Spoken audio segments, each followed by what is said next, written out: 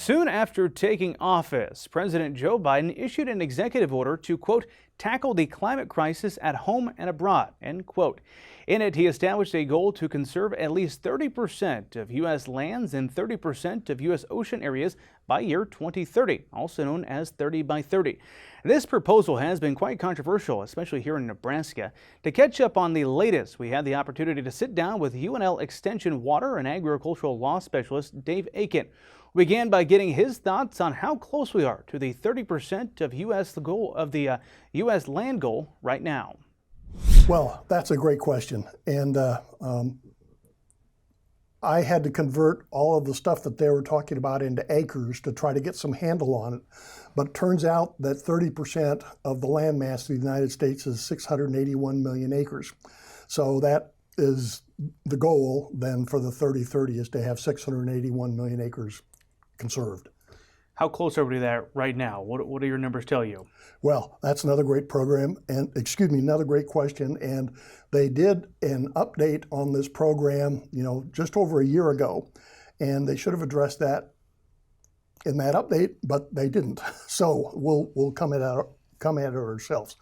That update did say that 12% of the land in the United States was highly protected, and I think that means like permanent protection like a national park or wilderness or something like that. And that implies that, we need to do 2.5 times that to get to the 30% by 30-30.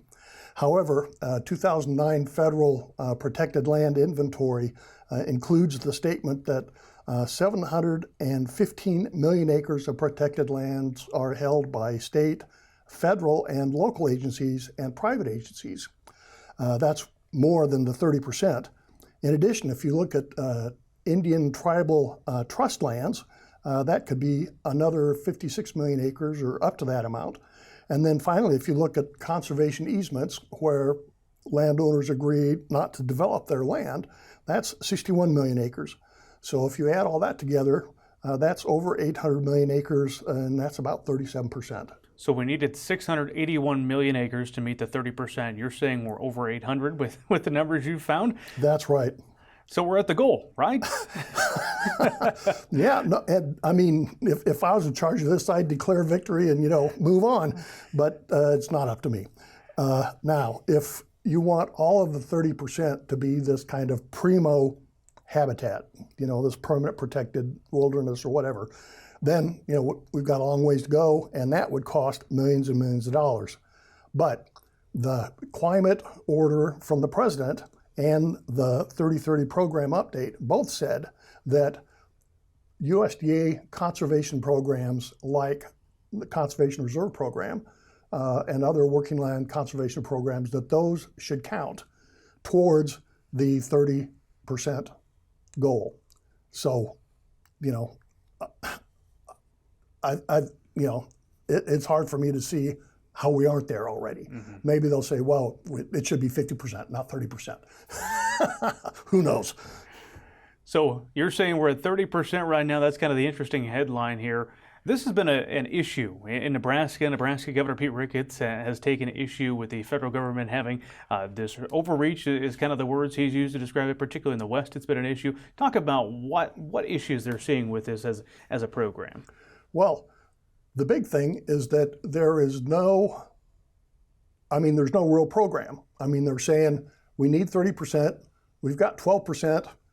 That's the easy takeaway from the stuff that they've put out. And they say, boy, we've got a lot of ground to make up if we're going to get there by 2030. And so it's easy for people to look at that and say, oh my gosh, what are they going to do? And they've made it very easy for people to assume the worst. And of course, there are a lot of people who want to do that anyway for political reasons, but there is next to nothing in these federal documents to really counter that. So, it's been called a land grab. Legally, the government can't just take your property away from you. They have to go through a court proceeding and pay you fair market value to do that. That still feels like a land grab, but you're actually getting paid for it, so it's not technically confiscation. But they don't need condemnation to reach the 30%, however they define it. And if they're going to condemn land, then they've got a lot of money somewhere that they don't know they have. And so, if they're going to spend money on climate, the Biden administration is not going to spend it on this. It's going to spend it on clean energy. It's going to spend it on improving the grid. 30-30 would be pretty close to the bottom of the pile in terms of what the money would get spent for.